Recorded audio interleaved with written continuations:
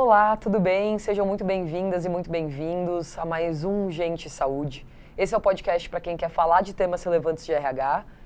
Estamos em mais um episódio incrível. Aqui tenho o privilégio de convidar uma pessoa que vai trazer sobre vários temas que eu sei que são top of mind quando a gente pensa no podcast. A gente vai falar de M&A, vamos falar de tecnologia, vamos falar da trajetória dessa pessoa e como ela foi parar em RH.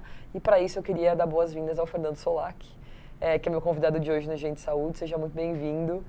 Espero que nosso papo seja muito rico aqui de troca. Olá, muito obrigado pelo convite. É um prazer poder estar aqui para conversar sobre todos esses temas que acho que são dores, mas também oportunidades para todo mundo que trabalha em RH. Com certeza. E começa me respondendo quem é Fernando Solak na fila do pão e como foi parar no mundo de RH. Olha, uma boa pergunta, desafiadora a gente fazer essa retrospectiva, né? Afinal, hoje são quase 18 anos já de experiência em RH. E dentro de uma trajetória não necessariamente planejada, né? Uhum. A gente vai deixando levar, né? As coisas vão acontecendo e a gente hoje, né, está nesse desafio onde a gente está. Então, hoje estou como diretor de Relações Humanas da TOTVS, né? A maior empresa de tecnologia brasileira, mas para chegar aqui foi realmente uma jornada muito grande, que remonta, né, a época que eu fazia faculdade, que foi uma decisão influenciada pelo meu pai, né, que sempre foi uma referência para mim em administração. Ele era um professor, trabalhou por muito tempo em faculdades e ele é a primeira pessoa da minha família que se formou, né, numa universidade em administração. Então, desde que eu era ali criança, adolescente, quando foi o momento de tomar essa decisão, eu resolvi seguir os passos dele e fazer administração. Eu morava em Curitiba, sou natural de Curitiba, fiz faculdade lá, mas diferente do meu pai, que, né, prestou muito tempo serviço público, né, em faculdade, eu queria trabalhar em empresas privadas e de grande porte, né, empresas multinacionais, né, fazer uma carreira executiva. Então esse era meu sonho durante a faculdade. E ali eu não tinha necessariamente um desejo de trabalhar ou em RH, ou finanças, ou marketing. Eu tinha uma abertura muito grande, né, para experimentar esses desafios e poder testar aquilo que fizesse sentido mais para mim. Então, durante a faculdade, eu fiz vários estágios, eu tive a oportunidade de conhecer um pouquinho o funcionamento de partes das empresas, né, trabalhando um pouquinho com finanças, marketing. Mas quando eu caí em RH, eu senti que para mim bateu algo diferente, porque eu conseguia usar talvez um pouco das minhas skills de usar muita parte racional, né? Sempre lidei muito bem com números, com indicadores, mas trazendo sempre o lado humano dessa história. E que eu não conseguia ver, eventualmente, numa área de finanças, que só era número, número, número. Então, quando eu entrei no RH, que foi por acaso, né? Surgiu uma vaga de estágio, eu trabalhei lá, eu falei, gosto disso. E, eventualmente, quero seguir. E aí, terminando a faculdade, né, para seguir essa carreira executiva, o meu sonho era, naquele momento, ser trainee de uma organização. E aí eu fiz diversos processos de trainee e um dos que eu passei e que eu segui foi na Bematec, que era uma empresa de Curitiba, né? Era uma multinacional de Curitiba, então era conhecido muito na cidade e no Paraná. Uma empresa de tecnologia, de automação comercial, de hardware, mas que já estava entrando no mercado de software também através da aquisição de muitas empresas. E eu fiquei 1 ano e meio no projeto de trainee da Bematec, alocado em desafios de pessoas. Né? Primeiro uma universidade corporativa, depois indo para dentro da estrutura de RH e tendo a possibilidade de conduzir diversos projetos. Foi ali que eu realmente decidi. Acho que é um caminho que eu quero continuar seguindo para, quem sabe, um dia ser um CHRO. E aí, ao longo dos anos, eu permaneci na Bematec, né, de trainee, me tornei coordenador num desafio de liderança de equipe muito grande, né, no começo da carreira, com 23 anos de idade, com pouquíssimo tempo no mundo corporativo, pouca idade, pouco conhecimento e tendo já que liderar profissionais que já tinham mais tempo de trajetória, mais idade e mais conhecimento que eu. E naquele momento eu perguntei muito para os meus gestores por que eu estou sendo escolhido, né, para estar nessa posição de liderança, se talvez para mim falte algumas coisas aqui, né?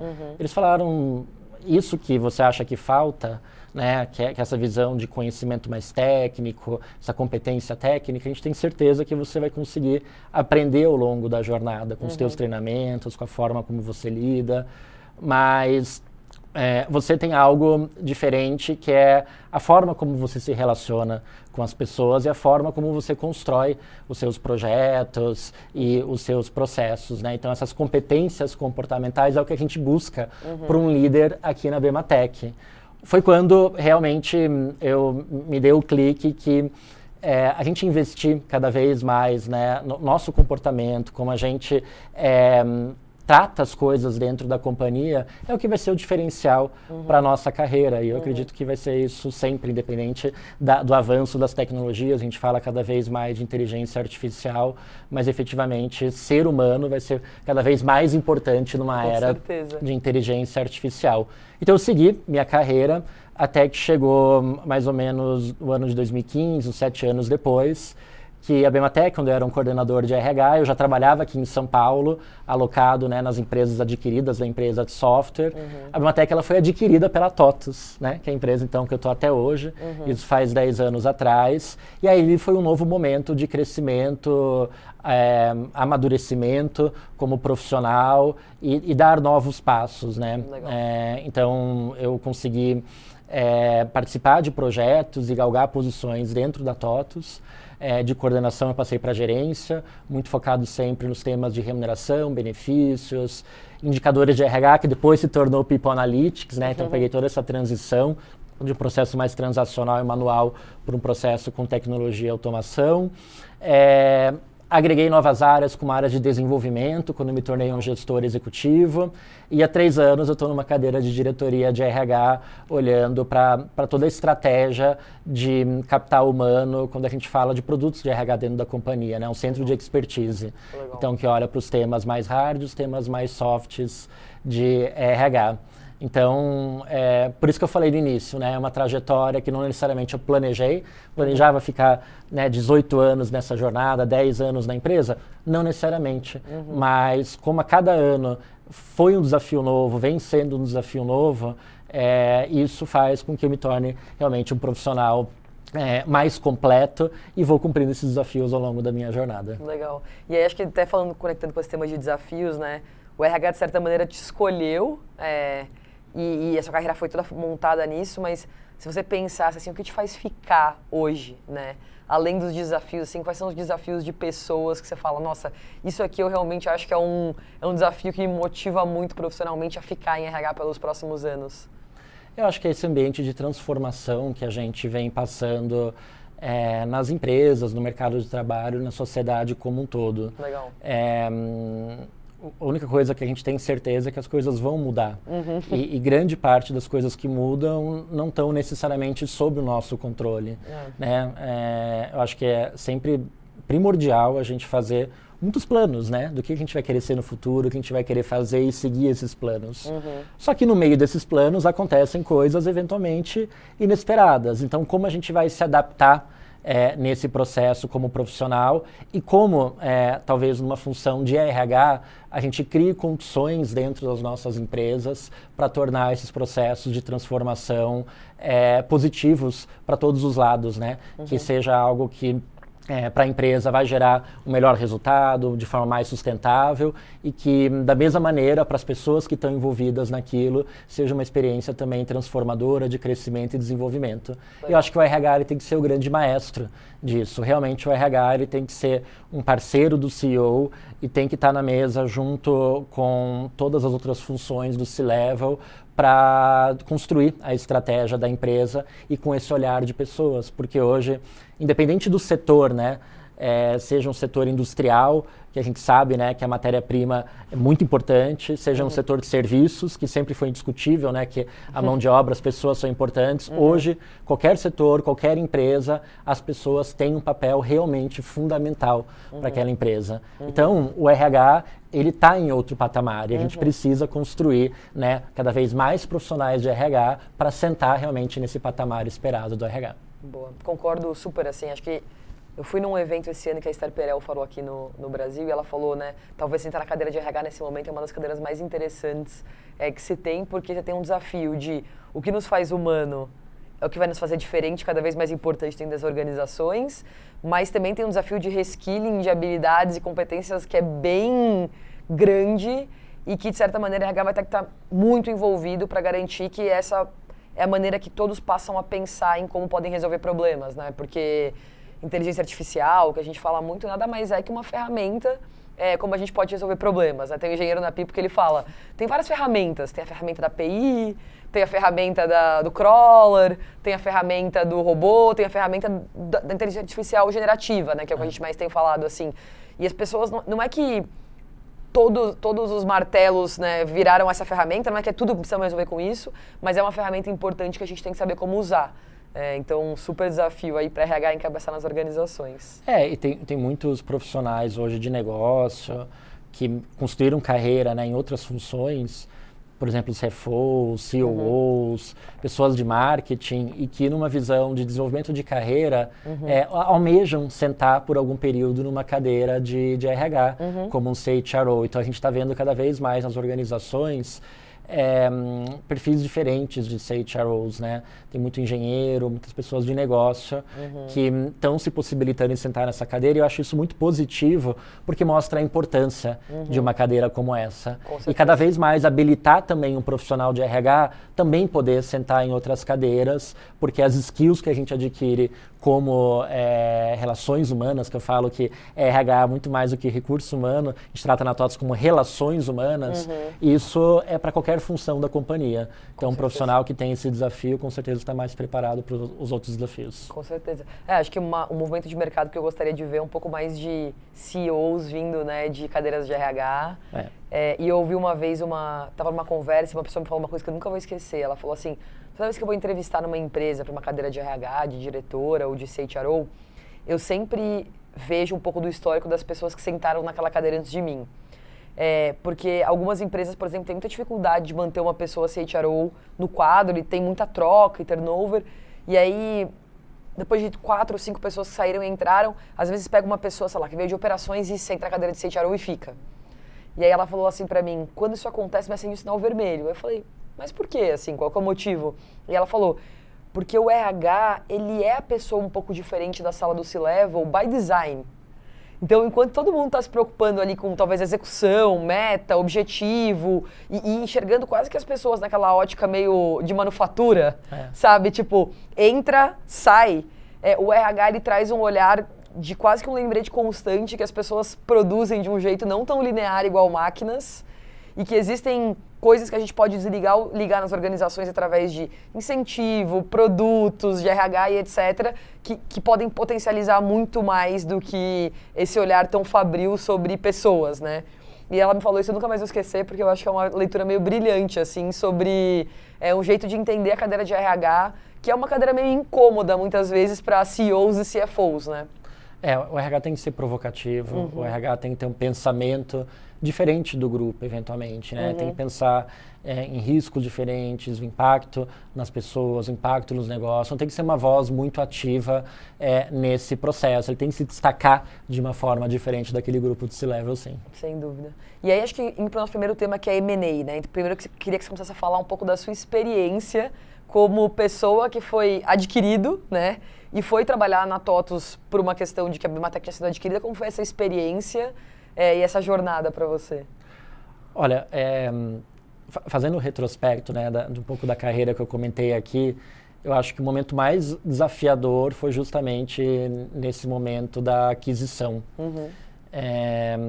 E isso possibilitou com que eu tivesse essa visão de estar do outro lado da mesa, né, de ser uma pessoa que participou de um processo de M&A, mas de uma empresa que foi comprada. Eu fazia parte daquela empresa que foi comprada dentro do RH, e eu já atuava, né, na integração de empresas adquiridas na Bimatec, e para a gente naquele momento realmente foi uma surpresa muito grande ser adquirido, né?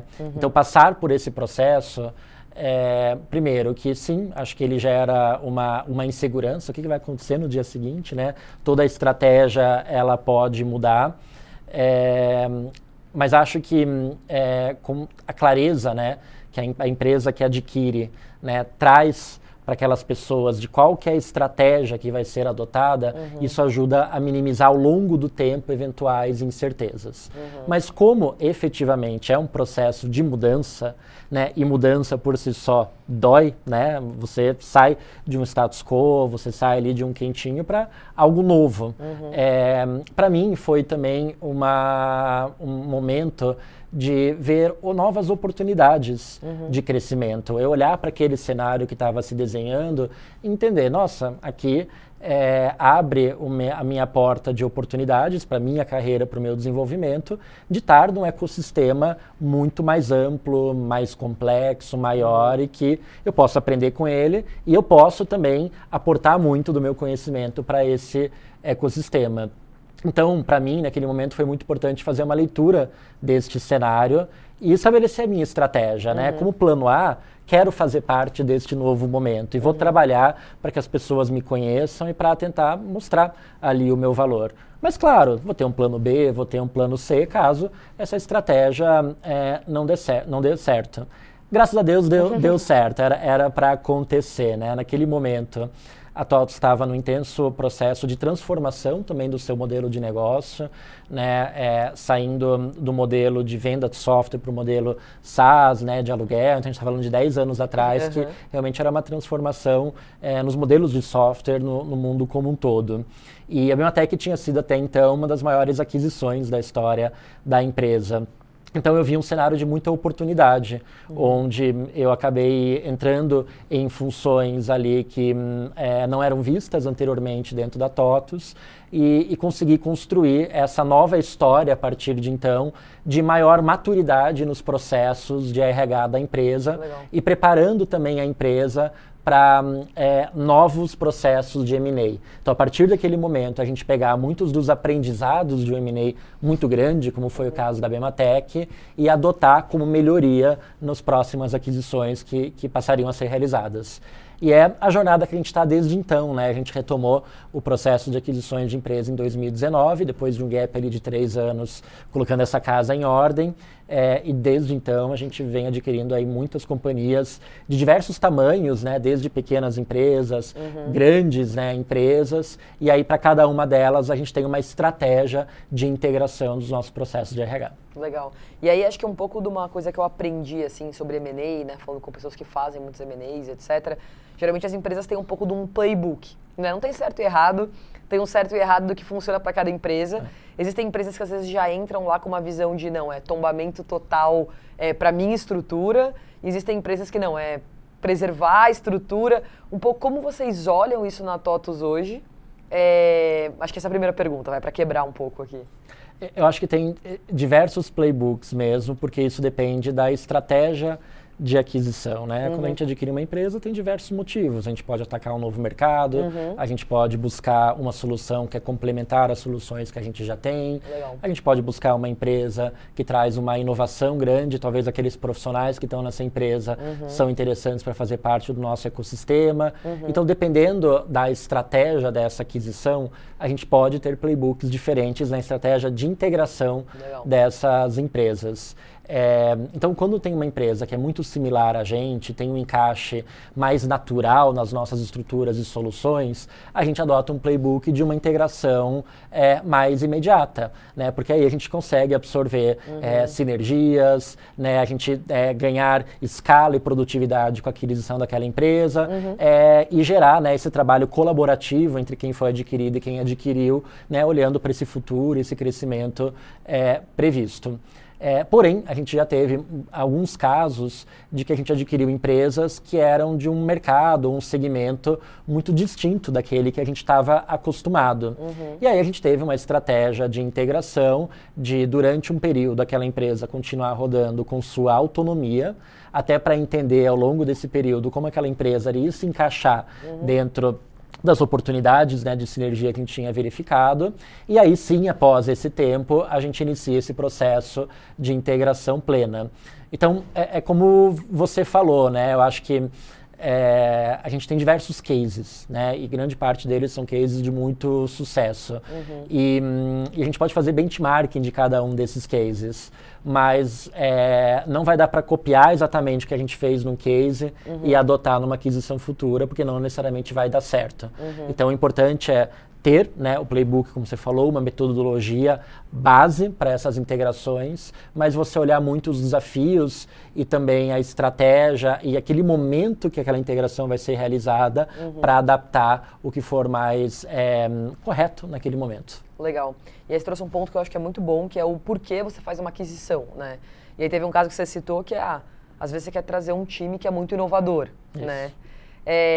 E eu imagino que ninguém melhor para fazer o assessment desse time do que o próprio RH, né? Então, em que momento o time de RH se envolve num processo de diligência de uma eventual aquisição? Como que é esse processo? Porque se pessoas são uma coisa central, eu imagino que deve ter um papel aqui também. Exatamente. Acho que essa é a maturidade também desse processo de aquisição ao longo dos anos, né? O RH, ele participar dessa due diligence desde o início. Então, desde que as oportunidades elas são identificadas, e começa uma conversa ali mais quente para uma eventual aquisição, o RH entrar nessa conversa para fazer um diagnóstico sobre pessoas dentro daquela organização, né? Quem são os talentos, existe algum risco relacionado a pessoas, né? Até questões legais, né? De remuneração, benefícios, quais são as potenciais sinergias, como que é a cultura dessa empresa adquirida versus a cultura da empresa que está adquirindo. Então, hoje a gente tem um checklist com questões centrais que a nossa área de M&A bate na nossa porta e a gente fala, vamos lá, e a gente faz esse diagnóstico de pessoas entregando para esse time de M&A. E aí, dando certo essa aquisição, isso já é um passo fundamental, a gente já sabe, né, o que vai vir ali, mesmo que de forma preliminar, para a estratégia de integração no pós-aquisição. E realmente, isso é muito importante, porque a gente tem casos de empresas que a gente adquiriu, acabaram sendo internalizadas no nosso portfólio de produtos. Então, a marca daquela empresa deixa de existir e passa a se tornar um produto, mas executivos, né, dessa empresa permaneceram com a gente e hoje atuam em funções estratégicas da companhia, né? Então, eu cito, por exemplo, hoje nós temos uma área que cuida da governança de dados e IA da companhia como um todo. E o executivo hoje responsável por essa área era sócio de uma empresa que a gente adquiriu. Legal. E que o principal valor, a fortaleza dessa empresa era como trabalhava os dados e a inteligência artificial naquele produto. Então, a gente conseguiu adquirir, né, esse conhecimento, seja desse head, seja de parte do time dele, para agora a gente ter uma estrutura robusta que olha para dados e IA dentro da companhia e estabelece a governança no todo. Que legal. E aí uma outra pergunta que eu fico muito pensativa, né, em relação ao M&A, quando vocês identificam, às vezes, uma divergência cultural entre a empresa adquirida e a TOTVS, e um pouco como o RH trabalha isso, pensando em uma eventual, né, integração entre essas duas empresas, o que vocês aprenderam nesse processo? A gente aprendeu ao longo do tempo que, em primeiro lugar, é essencial ter o respeito absoluto pela história daquela empresa que está sendo adquirida. Chegar e, eventualmente, fincar a nossa bandeira e falar que tudo mudou, não necessariamente é a melhor estratégia. Né? Não digo também que é errado, porque cada um vai olhar para o seu desafio, a sua estratégia. Mas a gente costuma realmente fazer esse diagnóstico cultural, olhar qual é o valor, né, quais são os valores, quais são os comportamentos que fazem parte dessa empresa adquirida. Então, a gente tem até um modelo de assessment disso, que a gente consegue olhar realmente a nível de não só competência, mas comportamento do dia a dia das pessoas e os rituais que são adotados naquela empresa e comparar com o que a gente tem hoje na TOTVS, por exemplo. E aí a gente tem um painel que, eventualmente, né, como você falou, a gente pode ter algumas divergências ou algumas diferenças de valores, comportamentos ou rituais. E aí a gente entra num processo para tentar aproximar essas diferenças. E, eventualmente, transformando ainda mais a cultura da TOTVS como um todo. Que legal. Porque a cultura é algo vivo, né? Eu acho que, sim, os valores, eles tem uma questão fixa, são questões, né, os valores não mudam a todo momento, mas a forma como esses valores eles são abordados no dia a dia, os rituais são executados, eles podem ser adaptados também ao longo dos anos, né? De novo, a TOTVS tem uma jornada hoje de mais de 40 anos de empresa, desde que era uma empresa pequena, foi integrando com outras empresas até surgir a marca da TOTVS em 2006, que significa tudo, todos em latim, né? Então, a gente tem essa constante transformação cultural. E aí a gente passou recentemente por um projeto, na verdade, que a gente chamou de projeto de conexão cultural, que é agora quando a gente finalizou a integração de uma grande empresa que a gente adquiriu alguns anos atrás, que foi a RD Station, que era uma empresa de um negócio diferente, né? Ela veio para nos ajudar a entrar num segmento de marketing e vendas, né, fornecendo soluções de marketing e vendas para os nossos clientes, né, adicional ao nosso ERP, que é o nosso carro-chefe na TOTVS, e a gente identificou ali que a RD Station tinha, né, algumas diferenças na cultura, mas quando a gente fez esse diagnóstico de conexão cultural, a gente entendeu que, às vezes, muitas dessas diferenças tinha muita oportunidade de realmente uma conexão de valores, e a gente acabou transformando os valores da RD e também transformando os valores da TOTVS no único valor que as duas empresas se sentiram reconhecidas. Então, a gente transformou um conceito que tinha num conceito um pouco diferente, mas que se conectava com aquilo que a gente acreditava plenamente, que é nossas diretrizes estratégicas. Que legal, muito bom. Vou pular um pouquinho de assunto aqui em relação a M&A para talvez um assunto tangencial, que é trabalhar numa empresa de tecnologia enorme, né? Acho que você mesmo disse, é a maior empresa de tecnologia no Brasil, é longeva, é multissetorial, é pujante no sentido que faz múltiplas aquisições, né? E aí tem sempre uma coisa que a gente discute, eu discuto muito dentro da People, que é esse dilema do incumbente, de certa maneira, que é quanto maior você fica, mais apego você tem ao que você fez. E num mundo de constante mudança, é um super desafio você olhar para aquilo que você fez com um olhar meio que novo, né? E talvez daí que vem a inovação, né? Resolver problemas de maneira diferente, etc. E como é um pouco desse desafio hoje na cadeira de RH de tentar criar ou manter esses dois meio que lados do cérebro, né? Que é o lado do cérebro que garante o resultado, associado a um lado do cérebro que desafia esse resultado que já existe e que tenta construir coisas novas, vamos dizer assim. Hoje nós estamos falando de uma empresa de 13 mil colaboradores a nível Brasil e mundo também, com uma capilaridade muito grande no Brasil, né? A gente está muito próximo aos nossos mais de 70 mil clientes, são mais de 70 mil CNPJs que têm algum tipo de solução da empresa, então a gente precisa que os nossos profissionais estejam realmente nos 4 cantos do Brasil. Que legal. Então, a gente conseguir desdobrar essa cultura, principalmente trazendo, né, os aspectos de inovação, é algo realmente fundamental para o sucesso futuro da organização. E a gente está pensando na TOTVS daqui 10, daqui 15 anos, de como que através desse arcabouço cultural a gente incentiva as nossas pessoas a gerarem a inovação no dia a dia nos seus trabalhos, né? Porque o que você falou é verdade, né? A gente é uma empresa de capital aberta. A gente, em todo momento, precisa comprovar ali para os nossos acionistas que aquele resultado trimestral vem vindo. Mas, assim como a gente apresenta esse resultado trimestral, a gente faz questão de sempre ter um olhar sobre o que a gente entregou no longo prazo do passado e o que a gente pode fazer no longo prazo do futuro. E essa transformação de novas tecnologias, né, a gente evoluir os nossos softwares de gestão, trazer uma visão mais moderna, cada vez mais leve, faz parte disso, faz parte desse incentivo que a gente prega aos nossos colaboradores, nossas mais de 13 mil pessoas, para que elas dediquem um tempo do seu dia a dia para realmente pensar diferente, olhar com criatividade e olhar aquela inovação ser realizada no dia a dia. E a gente começou a ter uma conversa na TOTVS do que é inovação para a gente. A inovação, às vezes, é você criar ou fazer algo que nunca tinha sido pensado que poderia ter sido feita. Então, você não necessariamente vai gerar uma grande disrupção, mas você vai gerar um novo momento que vai levar você para algo diferente do que estava sendo pensado. Então a gente conversa muito sobre os nossos modelos de negócio, né? A TOTVS, por muito tempo, foi uma software house focada em ERP, em softwares de gestão, né? Então a gente ampliar o nosso escopo com a vinda de uma RD Station, né, para trazer soluções de marketing e vendas, de a gente fazer uma joint venture com o Itaú para criar a TechFin, para trazer soluções financeiras embarcadas na nossa solução de software. Isso é uma inovação de modelo de negócio, que a gente não viu em nenhum outro lugar do mundo sendo feita como a gente está fazendo.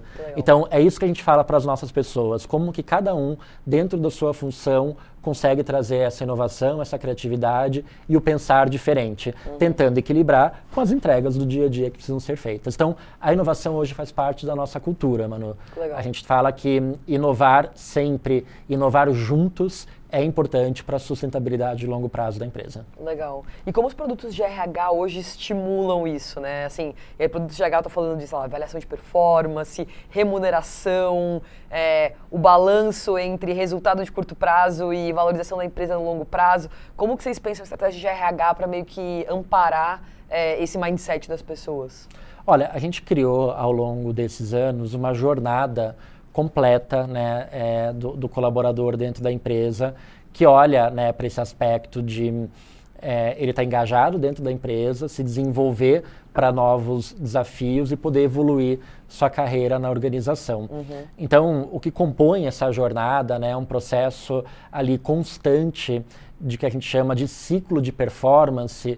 Ele deve acontecer de uma forma muito natural e abrangente ao longo de todo o ano daquela pessoa dentro da empresa. E a gente criou momentos do ano que a gente tem, sim, aqueles processos mais formais de avaliação, de feedback, de um plano de desenvolvimento, mas que isso deve acontecer dentro de uma jornada abrangente de conversas de carreiras estruturadas e one-on-ones que os gestores têm que conduzir com os seus times. Então, hoje, nesse ciclo de performance, eu avalio, por exemplo, 100% das pessoas olhando para aqueles comportamentos que se conectam com a cultura da empresa que eu comentei com vocês há pouco. E um dos aspectos da cultura é a inovação. Então, a gente consegue desdobrar o que é para a gente inovação em comportamentos esperados por nível de carreira, o que eu espero de inovação de um analista, de um especialista, de um gerente, de um diretor e de um C-level.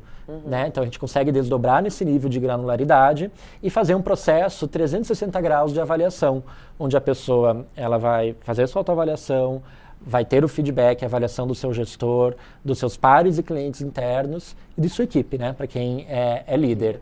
E dentro desse processo a gente tem discussões estruturadas sobre a performance das pessoas, que são os nossos comitês, que ele não olha neste momento para carreira, para reconhecimento necessariamente, para remuneração, mas olha para as possibilidades futuras daquela pessoa na organização. Qual que é o potencial que ela tem para novos desafios, quais são os desejos de carreira que ela tem para novas áreas. Então a gente tem uma conversa mesmo sobre pessoas, qualidade, né, olhando para futuro, retenção e engajamento. Legal. E aí tem uma outra visão que se desdobra em remuneração e reconhecimento. E hoje a nossa estratégia está muito focada no longo prazo. A gente conseguiu desenhar uma modelagem de remuneração que, principalmente para os cargos executivos, grande parte dessa remuneração está focada numa entrega de longo prazo. Né? Então tem o básico, que é a remuneração fixa, que é o dia a dia. Tem uma entrega de curto prazo, que é um incentivo de curto prazo, mas num percentual menor do que, eventualmente, uma prática que a gente vê no mercado. Legal. E uma grande parcela no longo prazo e lastreado em ações da companhia. E que também tem indicadores de performance de longo prazo que se conectam com os desafios de inovação da empresa. Então não é só um crescimento eventualmente financeiro de resultado, mas também tem indicadores de qualidade da entrega do cliente e também de crescimento da nossa ação versus players de mercado. Que legal, incrível, assim. E eu acho que esse é um ponto muito bom, porque muitas vezes a gente fala sobre inovação, a gente fala, tem a tal ambidestria organizacional, né, que eu acho que o iFood popularizou muito como um valor cultural deles, que é muito bacana, assim. Então quem não leu sobre, é um livro de um professor de Stanford, que dizem por aí que que foi o livro de cabeceira do Fabrício, e depois do Diego e do iFood como um todo. Mas como você cria mecanismos na organização que incentivam as pessoas a pensar com esses dois cérebros, né? Porque é muito fácil falar sobre inovação, Acho que essa é a parte fácil da equação, de criar uma área de inovação, de falar sobre isso, mas de fato incentivar as pessoas, recompensar elas, traduzir em comportamentos esperados, esse é o difícil. E aqui eu acho que People tem um papel muito estratégico na organização, de conseguir trazer meio que essa infraestrutura que avalia, recompensa pessoas que estão agindo da maneira com que a organização precisa, né? Então, muito legal o caso, assim. E a gente olha muito, por exemplo, que o nosso curto prazo, eventualmente, ele não alavanca de uma forma tão agressiva a remuneração, né? Então, você pode ter um target, mas aquele target, ele não é tão alavancado, porque a gente não quer gerar uma competição de curto prazo. Mas sim, a nossa remuneração de longo prazo tem uma alavancagem bem interessante, que depende de um fator de performance individual e daquele time, mas de performance da empresa nesse longo prazo medido, que é um período ali entre 3 e 5 anos, geralmente. Mas o que eu adiciono aqui também, Manu, na verdade, é a nossa estratégia de desenvolvimento de pessoas, né? Legal. Tudo que eu falei é permeado por uma universidade corporativa. Que legal. E que tem hoje hubs de desenvolvimento, né? A gente evoluiu um conceito de academias, né? Que é um conceito mais acadêmico mesmo, mas a gente trouxe muito essa visão de tecnologia, né? Trazendo hubs com conteúdos, né, seja de produtos, de comportamentos, de dados e inteligência artificial, para que as nossas pessoas, nos seus diversos perfis, consumam aquele conteúdo para gerar o melhor trabalho. Então, hoje, um dos nossos grandes investimentos em pessoas na companhia, inclusive, é uma trilha de dados e IA, que a gente fez internamente, com parceiros externos também, mas com o primeiro objetivo de gerar um letramento básico para 100% da companhia sobre como você gera e lê um dado e como você pode trabalhar de uma forma produtiva com uma IA. E à medida que as pessoas vão fazendo esses treinamentos, vão destravando novos cursos e dependendo da função, as pessoas acabam tendo uma capacitação realmente bem técnica sobre essas novas tecnologias e que isso vai ajudar a gerar a inovação. E um ponto muito importante é que grande parte deste conhecimento, ele também é replicado internamente, né? Então, imagine nesse cenário de 13 mil pessoas, a gente tem muita gente que conhece profundamente de algum tema. Então, a gente convida essas pessoas para serem produtoras de conteúdo e elas mesmas multiplicarem esse conteúdo dentro da companhia. Que legal. E aí uma dúvida meio teórica, mas eu vou dizer de onde eu estou vindo, assim, né? Eu acho que um ponto que eu vejo como dificuldade hoje nas organizações é a gente estimular esse protagonismo do indivíduo. Porque quanto maior a organização fica também, mais fácil fica de eu dizer que eu não fiz porque o Fernando não me fez fazer, ou ele não me mandou o e-mail que ele falou que ele ia me mandar. Então, sempre existe algum motivo pelo qual eu não fiz o que eu deveria fazer, vamos dizer assim. E as pessoas, às vezes, quando a gente pensa em universidades corporativas, etc., como vocês pensam nisso, assim? É imposto? É opcional? Como tem o protagonismo da pessoa no próprio desenvolvimento? Porque eu fico muito refletindo nisso hoje como CEO de uma empresa, né? A gente aprendeu muito com isso, porque em determinado momento, talvez a gente acreditou que a quantidade de treinamentos à disposição era a métrica mais importante, porque as pessoas iam se sentir cobertas e podiam consumir aqueles treinamentos. Mas a gente viu que isso não faz diferença nenhuma, porque o treinamento está lá e não necessariamente as pessoas vão ter o protagonismo de fazer. Então, o que a gente entendeu que muito mais importante que a quantidade é a curadoria e a qualidade do que está sendo ofertado. Legal. E a gente estabeleceu um núcleo básico de conteúdos que sim, a gente acredita que é essencial para qualquer pessoa que trabalhe na TOTVS. E a gente estabeleceu esse núcleo básico como treinamentos obrigatórios. Então, que é uma base para todo mundo e que todo mundo tem que fazer.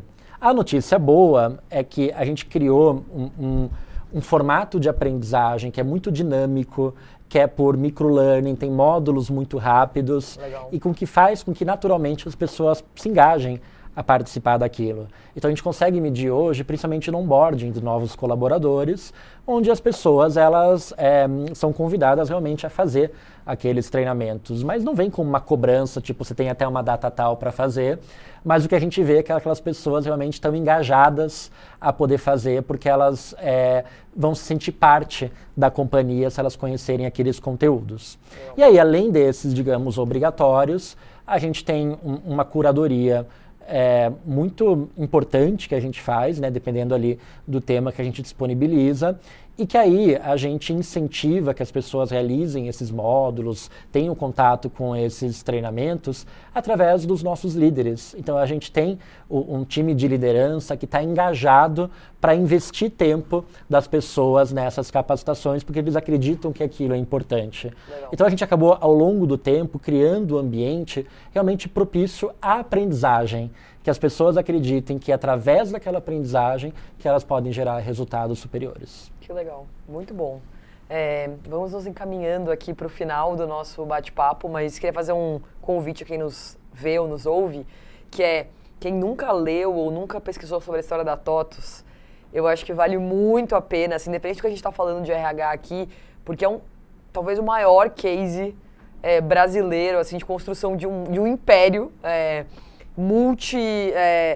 começou com RP, mas hoje tem diversas linhas de negócio, assim, e acho que quebra um paradigma, que é um paradigma que acho que no Brasil ainda existe muito, de que as empresas de sucesso muitas vezes foram só construídas pelas próprias mãos, mas assim, de uma tese onde o M&A teve um papel muito central, de um olhar estratégico sobre o que me falta, como eu me complemento, para onde o mercado vai, como eu consigo trazer isso e acelerar essa trajetória, assim, então acho que é um case para muitos RHs que talvez assim nos ouvem aqui, e aí o CEO começa a falar de M&A e começa a dar aquele arrepio de, tipo, talvez repensar o M&A como uma alavanca de geração de valor mesmo para as companhias no Brasil, assim.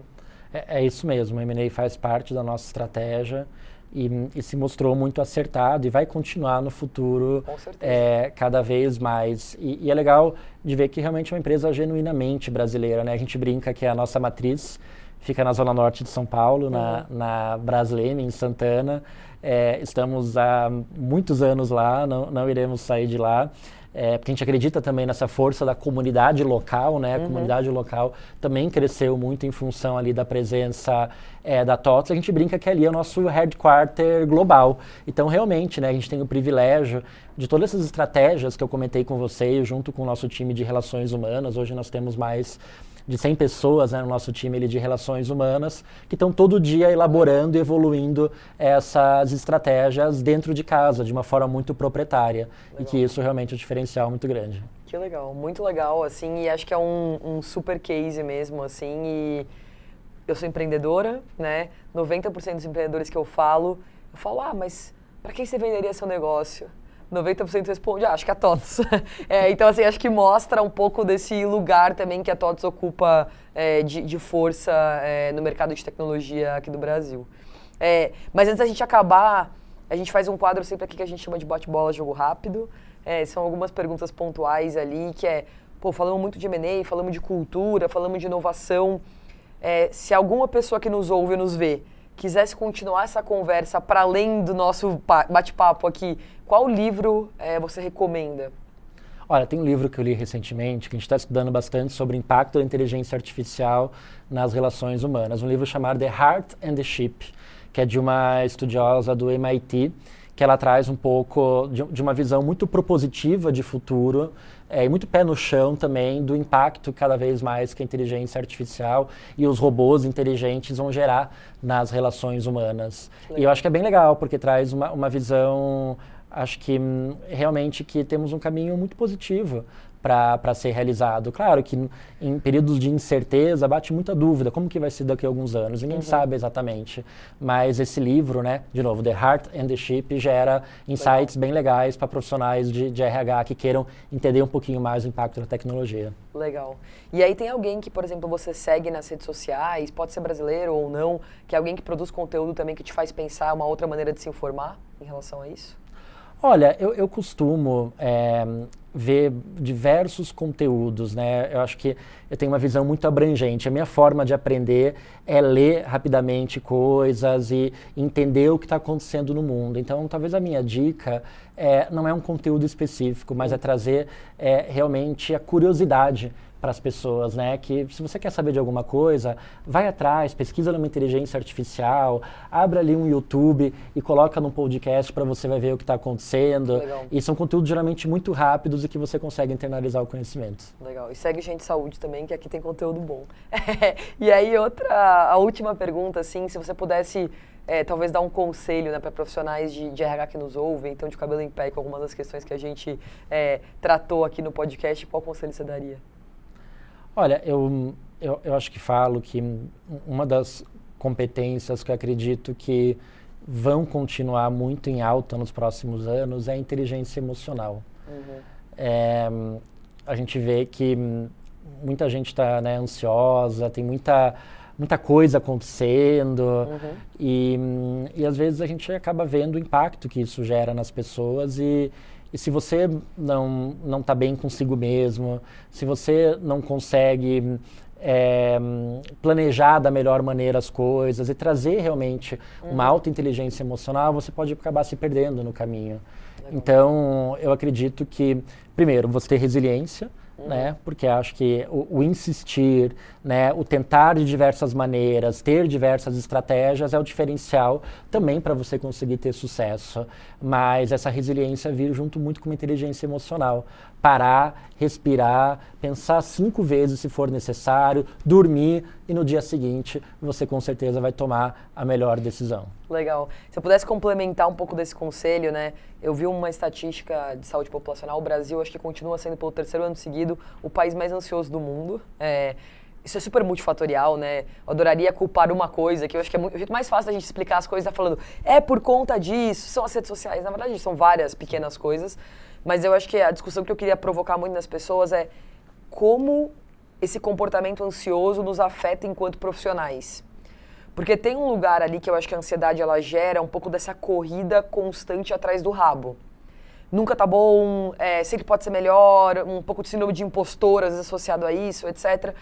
E tudo que, apesar das palavras terem uma conotação negativa, né, ansiedade, síndrome do impostor, elas também têm um lado luz, que é pessoas em geral que são ansiosas, que têm essa síndrome do impostor, elas são pessoas também que estão sempre produzindo coisas melhores, né? Elas estão sempre melhorando, uma coisa que eu vejo muitas vezes até em mim. Uhum. Mas isso é um pouco antagônico com pensar longe. E eu acho que a gente está passando num momento de mundo que a gente falou até, que você falou, né?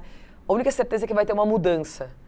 E se a gente não pensa um pouco longe, muito provavelmente o que a gente está fazendo agora ou vai ser irrelevante, ou vai ser descartado muito em breve por alguma mudança que veio, sabe? Então, a gente pensar um pouco como esses padrões, eles vão acabando, eles mudam as nossas decisões de dia a dia e isso vai acabando impactando um pouco da nossa capacidade de gerar impacto enquanto profissionais, principalmente quando a gente pensa na gente mesmo enquanto profissionais que lideram organizações, que é muito diferente de quando você é um contribuidor individual, né? Um contribuidor individual que está pensando mais a curto prazo, mais girando ali a roda, até que funciona bem da perspectiva de entrega, você está entregando.